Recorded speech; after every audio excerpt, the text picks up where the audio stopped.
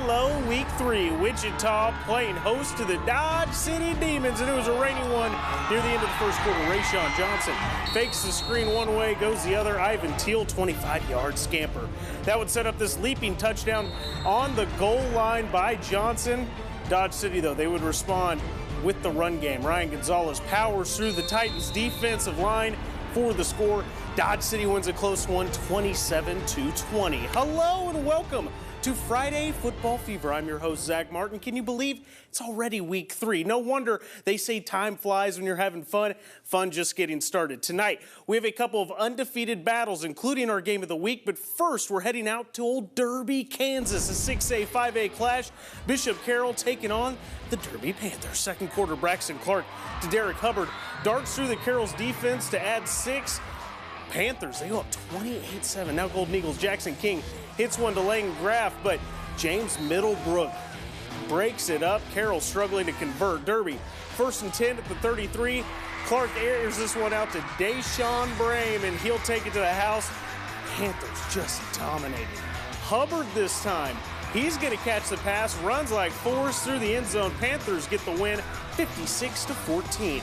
The 2-0 Maize South Mavericks hosting Hutchinson. The Salt Hawks were down 14-6 at half, and on their first possession of the second half, the Mavericks defense forced a turnover on downs with an angry tackle from Kason Paredes. But after forcing a stop of their own, Terrell King finds his way behind the defense. Long touchdown pass from Robert Hunter. Hunter would then take the 2-point conversion himself.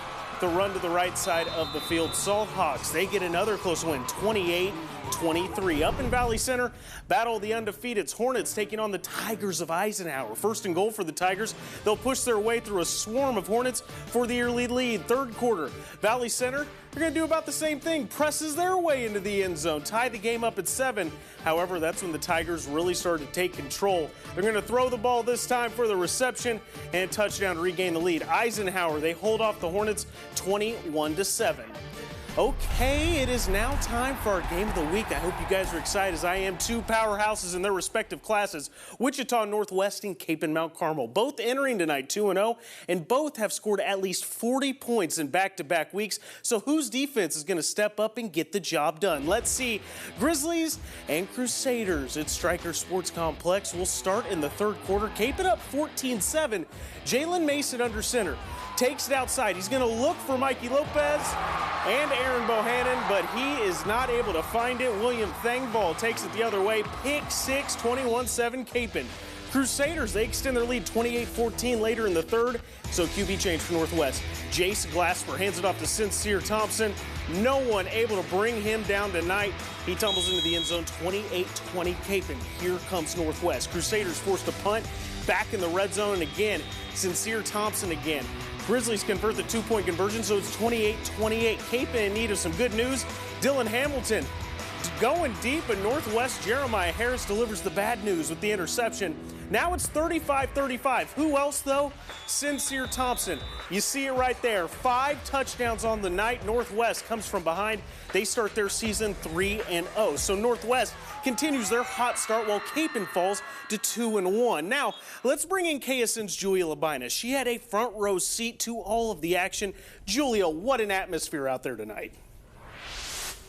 Yeah, Zach, Northwest head coach Steve Morin called this a gutsy win, a win that shapes champions come November. Northwest never stopped fighting, even being down 2 touchdowns midway in the third quarter. They just never stopped fighting. But Northwest, they really took advantage of having 2 different style quarterbacks. Sophomore Jalen Mason actually got the star, but after some adversity being faced, 2 interceptions, head coach Steve Morin needed a change. They needed to reestablish the run game. So Steve Morin put in Jace Glasper, the senior, and that's when the game really flipped. He marched the Grizzlies down almost every drive. He had a rushing touchdown and a lot of assists to Sincere Thompson. We watched those highlights right there. 5 rushing touchdowns for Sincere Thompson. We said this was going to be a running back duel, and yes, Amari Elias had a great game, but Sincere Thompson, it's really hard to top 5 touchdowns. But after all this crazy win, head coach Steve Morin just really pleased with his senior quarterback stepping up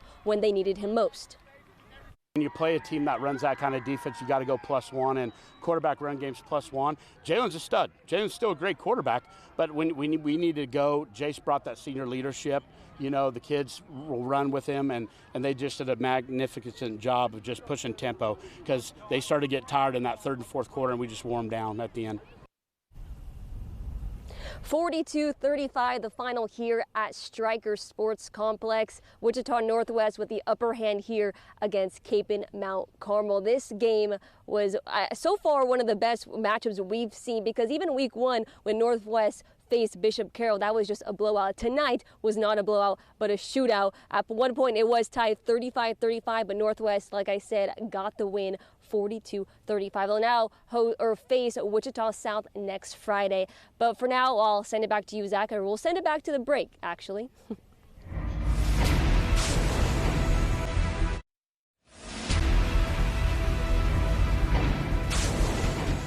Welcome back to Friday Football Fever. Our next matchup sends us over to Andover Central. The 2021 4A state champs. Jaguars off to a 2-0 start and are looking much more polished and experienced this year. They believe in the 4A title once again being in reach. Andover Central, they were hosting the 2-1 Ark City team. Maddox Archibald, he takes this one up the gut, makes the defenders miss, whoop, and he ends up deep into Bulldog territory. However, once they're on the goal line, Ark City's defense stood tall. Cody Bruce gets the tackle for loss there.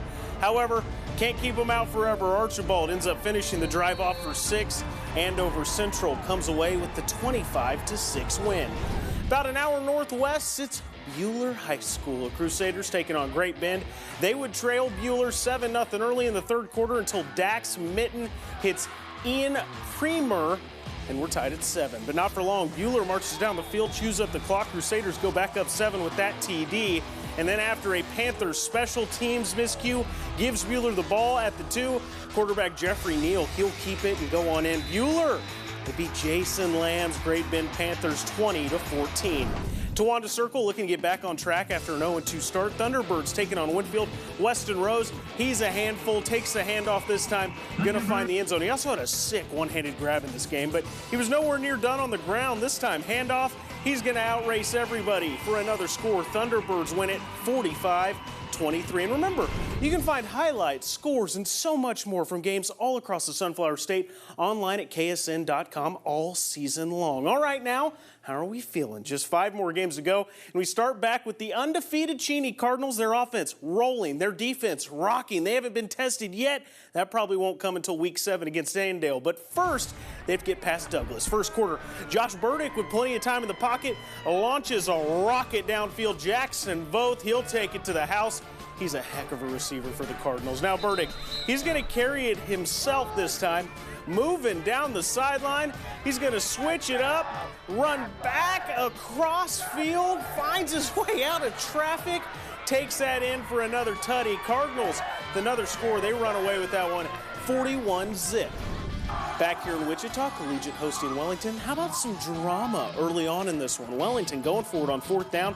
Spartans say, not today, Junior. They get the Dusty Bannister, and that's a turnover on downs. Collegiate takes over. Handoff to Jaden Parker. Finds his space outside. He's able to get a long first down there. So 3rd down now, though. Hayden Anderson with time, goes right then left. Beautiful pass to Harrison Simon. Bobbles it a bit, but controls it for the touchdown.